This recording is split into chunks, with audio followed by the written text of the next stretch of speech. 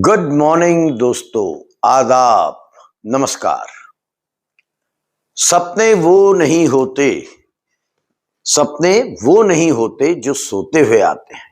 सपने वो होते हैं जो हमें सोने ही नहीं देते। यह बात देश के पूर्व राष्ट्रपति, परमाणु वैज्ञानिक स्वर्गीय एपीजे अब्दुल कलाम ने कही थी। अब्दुल कलाम स्वयं स्वप्नदर्शी थे, यह आप जानते हैं। अब्दुल कलाम साहब बेहद गरीब परिवार में पैदा हुए। उनके पिता मल्लाह थे। बहुत बड़ा परिवार था। ऐसे परिवार में रहते हुए बताया जाता है अब्दुल कलाम साहब दिन में नाविक बनते थे। यात्रियों को एक कोने से दूसरी कोने नाव में छोड़कर आते थे और रात को स्ट्रीट लाइट में बैठ के पढ़ाई करते थे। और आप कल्पना कीजिए उन्होंने क्या गजब का स्वप्न देखा होगा कि वे देश के श्रेष्ठ परमाणु वैज्ञानिक बने और बाद में जाकर देश के प्रथम नागरिक बन गए। ऐसा ही एक सपना दो दोस्तों ने देखा था 2005 में। ये दोस्त थे राहुल भाटिया और राकेश गंगवार। राकेश गंगवार और राहुल भाटिया का सपना था एक एयरलाइंस बनाने का, और इनके स्वप्न से पैदा हुई इंडिगो एयरलाइंस, देश की सबसे विश्वसनीय और टाइम पर चलने वाली एयरलाइन। आज यही एयरलाइन संकट में है। तो चलिए आज चर्चा करते हैं इन स्वप्नदर्शी दो दोस्तों के द्वारा बनाई गई इस इंडिगो एयरलाइंस की, जो इन दिनों बहुत ज्यादा नाराजगी अपने क्लाइंट्स की झेल रही है। देश के एयरपोर्ट्स में अफरा तफरी मची हुई है। इंडिगो एयरलाइंस पर विश्वास करने वाले अब इसके कटु आलोचक बन गए हैं। ऐसा क्यों हुआ, इसे समझने का प्रयास करते हैं। देश की सबसे विश्वसनीय और टाइम पर चलने वाली एयरलाइन बीते कई दिनों से परिचालन के संकट में फंस गई है। इसके जो कर्ता धर्ता हैं वो समय पर विमान को चला नहीं पा रहे हैं। लगातार उड़ान रद्द हो रही है। घंटों घंटों इनकी फ्लाइट्स देर हो जा रही हैं। यात्री एयरपोर्ट में फंसे रह जा रहे हैं और टिकट दरों में इंडिगो के कारण अचानक भारी उछाल आ गया है। जाहिर है जब इंडिगो जैसी सबसे बड़ी एयरलाइंस में एक उसकी फ्लाइट्स कैंसिल होने लग जाए तो अन्य एयरलाइंस टिकट के दाम बढ़ा देंगी। इस पूरी अव्यवस्था ने भारतीय विमानन इतिहास में एक अभूतपूर्व स्थिति पैदा कर दी है। दिल्ली, मुंबई, गोवा, बेंगलोर, हैदराबाद, कोलकाता, आप तमाम नाम ले लीजिए, सारे बड़े हवाई अड्डों पर यात्रियों का जमावड़ा नजर आ रहा है, हंगामा नजर आ रहा है। और एक बात सामने आ रही है कि इंडिगो एयरलाइंस ही नहीं बल्कि हमारा पूरा एविएशन सेक्टर मुसीबत में फंस गया है, और इसका सबसे बड़ा खामियाजा यात्रियों को झेलना पड़ रहा है। इंडिगो की पहचान हमेशा से ही कम किराया, समय पर उड़ान और बिना सरदर्द यात्रा के रूप में रही है। हालांकि मैं विमान यात्राएं बहुत कम करता हूं, पर जब भी करता हूं मेरी पहली प्रायोरिटी इंडिगो होती है। अब मेरे मित्रों ने बताया मुझे कहीं जाना है तो मुझे बताया गया कि इंडिगो पर भरोसा मत करना, आकाशा में जाना।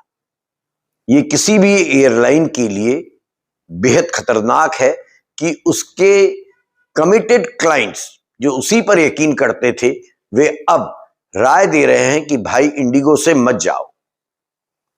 ऑनलाइन परफॉर्मेंस जो एक समय इंडिगो का सबसे बड़ा गौरव था, वह बीते 2 सप्ताह से 35% तक गिर गया है। यानी 100 में से लगभग 35% या 35 उड़ानें जो हैं वे ही केवल समय पर चल रही हैं। 65 के करीब उड़ानें लेट हैं या कैंसिल हो रही हैं।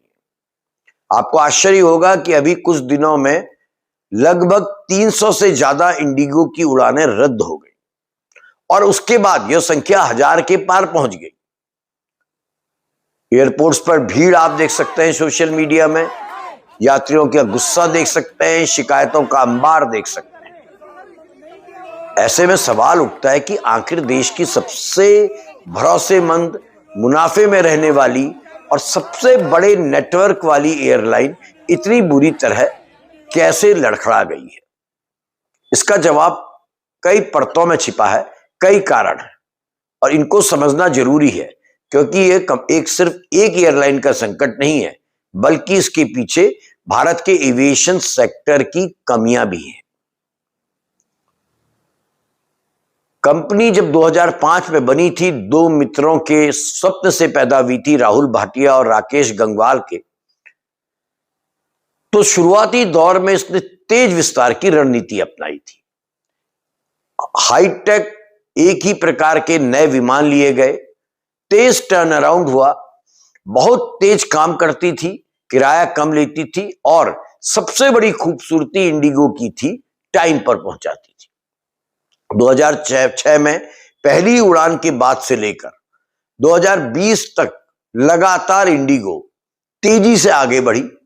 भारत के घरेलू विमानन बाजार में इसका हिस्सा 60% के आसपास है, जो दुनिया में किसी भी देश में एक एयरलाइन का सबसे बड़ा हिस्सा है।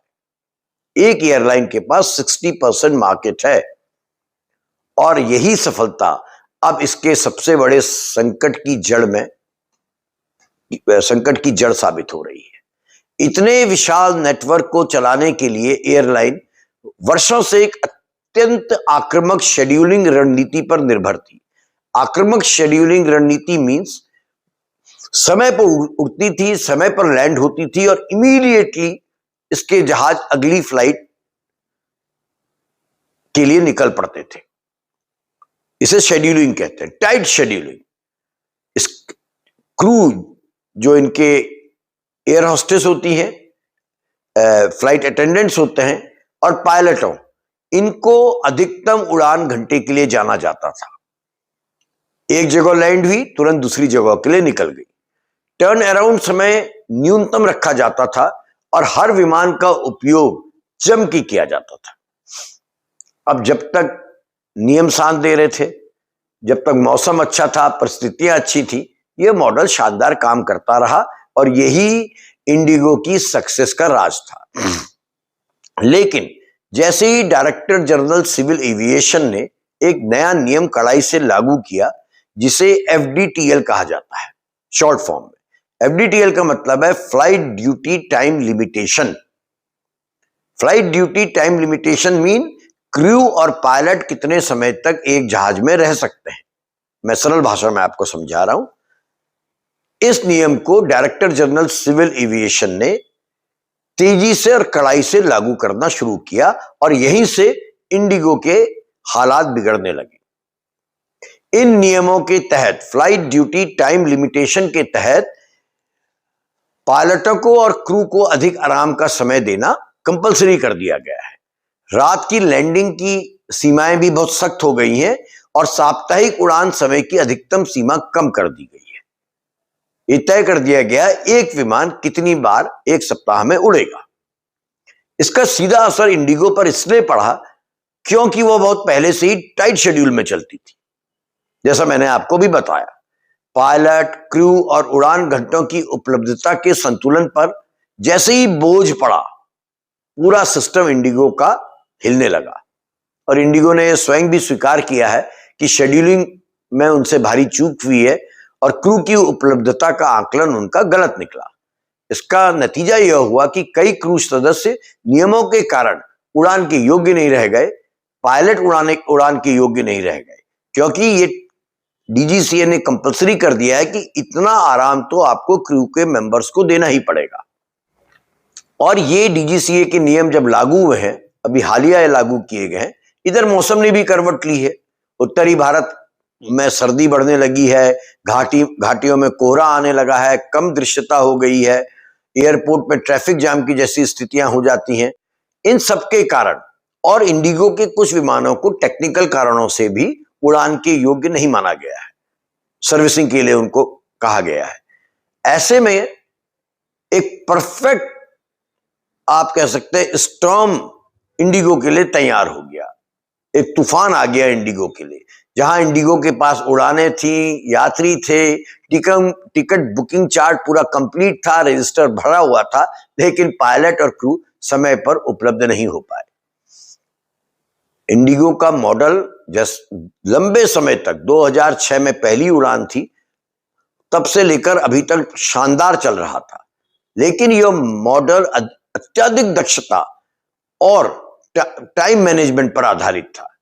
जैसे ही डीजीसीए ने नियम बदले, कंपनी के पास उसके अनुरूप ना तो क्रू है ना पायलट, और इसका नतीजा फ्लाइटें रद्द होनी शुरू हुई और यह सिलसिला तेजी से आगे बढ़ने लगा। और नतीजा क्या है कि 1000 से अधिक उड़ानें कुछ ही दिनों में इंडिगो की हमने रद्द होती देखी।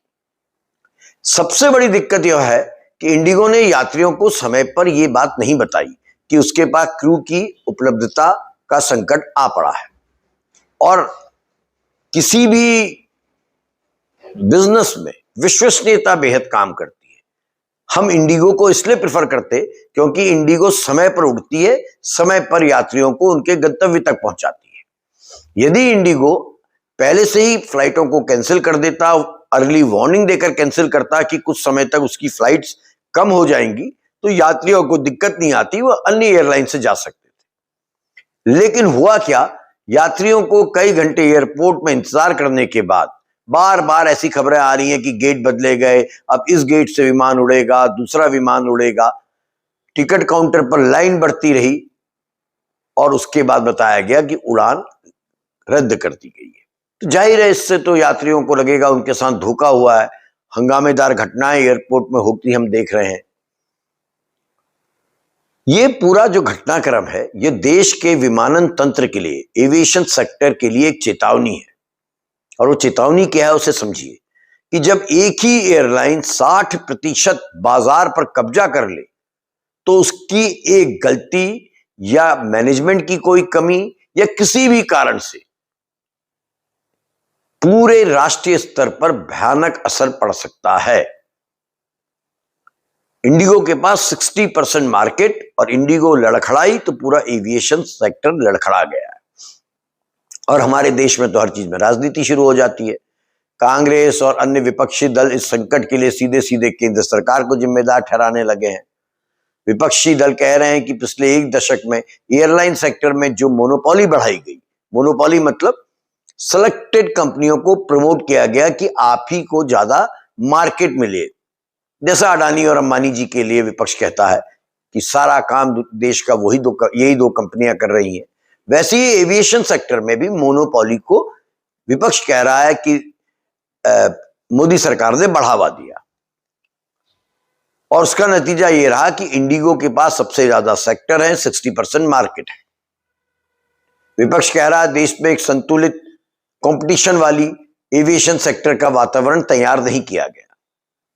मामला संसद के शीतकालीन सत्र में तक उठ गया है। कांग्रेस ने कहा है संसद में कि जब एक कंपनी को इतना बड़ा हिस्सा बाजार का मिलता है तो यात्रियों के हितों की सुरक्षा खतरे में पड़ जाती है, और यह आरोप बहुत हद तक सही भी है। विपक्ष यह भी आरोप लगा रहा है कि डीजीसीए जैसे जो नियामक बनाने वाले संगठन हैं, जिनके हाथ में एविएशन सेक्टर के नियम बनाए जाने की पावर है, वो पहले तो सोए रहे और जब चीजें हाथ से निकल गई तो उन्होंने नियम इतने कड़े कर दिए जिससे ये अव्यवस्था बढ़ गई। सरकार, जैसा मैंने कहा, हमारे यहां सब कुछ राजनीति हो जाता है। सरकार इस बात को स्वीकार नहीं रही है और विपक्ष लगातार आरोप लगा रहा है, और जब तक स्थितियां नहीं सुधरेंगी आरोप लगाता रहेगा कि निजी कंपनियों को बढ़ावा देने के चलते, विशेष निजी कंपनियों को बढ़ावा देने के चलते ये सब हो रहा है। इंडिगो ने इस बीच में अपनी सफाई दी है। उन्होंने कहा है कि हालात धीरे धीरे सामान्य हो जाएंगे। कंपनी कह रही है कि उसने अपने शेड्यूल को, फ्लाइट शेड्यूल को रीशेड्यूल करना शुरू कर दिया है। कंपनी के सीईओ ने, मुख्य कार्यकारी अधिकारी ने माफी मांगी है, यात्रियों से कहा है कि हमें माफ कर दीजिए, अनजाने में हमसे ये गलती हो गई कि हमने समय पर बताया नहीं कि हमारी फ्लाइट्स लेट होंगी या कैंसिल हो जाएंगी। और जो एविएशन सेक्टर के एक्सपर्ट्स हैं वे कह रहे हैं कि ये तात्कालिक संकट नहीं है कि चलिए अभी आपने सब कुछ ठीक कर लिया और उसके बाद सब कुछ नॉर्मल हो जाएगा।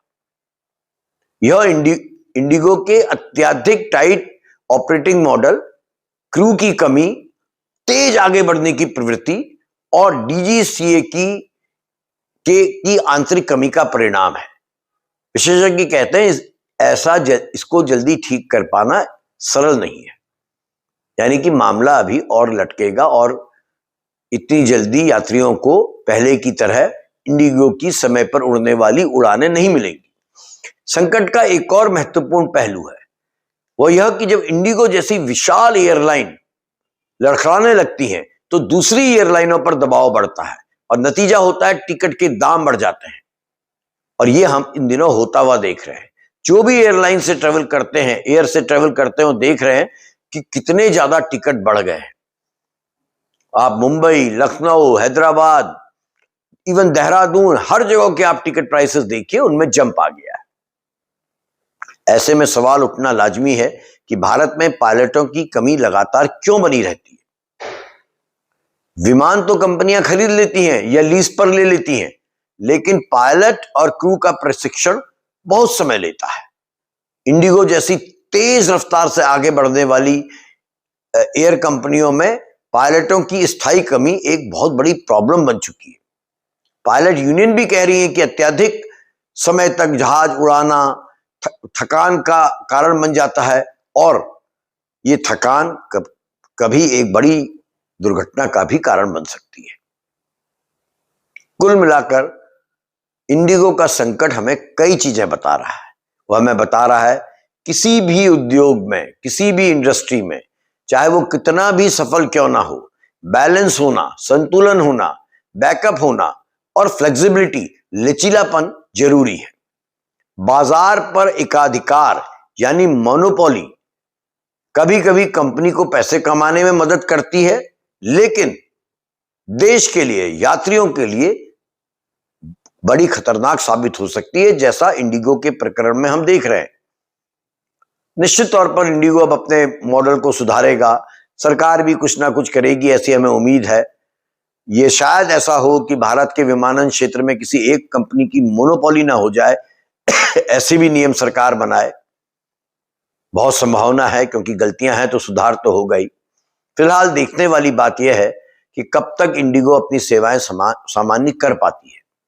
कंपनी दावा कर रही है कि आने वाले हफ्तों में स्थितियां सुधर जाएंगी, लेकिन यात्री परेशान हैं, बेहद परेशान हैं, बढ़ते हुए किराए के कारण परेशान हैं और एविएशन सेक्टर में भारी आशंकाएं जन्म ले चुकी हैं। जिन एयरपोर्टों में कभी इंडिगो सबसे अनुशासित और तेज एयरलाइन मानी जाती थी, आज वही उसके काउंटरों के पास बेचैनी, अव्यवस्था और शिकायतों का माहौल हम सब देख रहे हैं। यह भारत की सबसे बड़ी एयरलाइन, निजी एयरलाइन के लिए एक बड़ी चोट तो है ही है। उसके इतिहास पर, हमेशा इतिहास देखिए, एयरलाइंस का हो या किसी भी चीज का हो, लिखा जाता है तो उसके इतिहास पर एक कलंक भी है। और सबसे बड़ी बात है, हमें उम्मीद करनी चाहिए, ऐसा हमें विश्वास बनाए रखना चाहिए कि जो स्वप्न 2005 में राहुल भाटिया और उनके मित्र राकेश गंगवाल ने देखा था, वो स्वप्न जिंदा रहे। सपने मरते हैं तो उससे जो स्वप्नदर्शी होते हैं, केवल उनको ही नुकसान नहीं होता, उससे सारा समाज, सारा तंत्र प्रभावित होता है। इसलिए उम्मीद की जानी चाहिए इंडिगो का संकट जल्दी हल होगा, सरकार चेतेगी। मोनोपोली का जो खेल हमारे देश में चल रहा है, सरकार उस समस्या को भी समझेगी। एक ही व्यक्ति, एक ही औद्योगिक समूह का पूरा कब्जा ना हो जाए, इसके लिए मोनोपोली रोकने के लिए नियम प्रभावी किए जाएंगे। हालांकि हमारे यहाँ ऑलरेडी मोनोपोली को रोकने के लिए MRTPC कमीशन भी है, लेकिन निष्प्रभावी है। पर उम्मीद करनी चाहिए, उम्मीद से ही जिंदगी है, आशा ही जीवन है कहा जाता है। तो हमें उम्मीद करनी चाहिए कि इंडिगो का संकट तो दूर होगा ही होगा, एविएशन सेक्टर में भी जो सुधार चाहिए, भारत सरकार वो सुधार लेकर आएगी।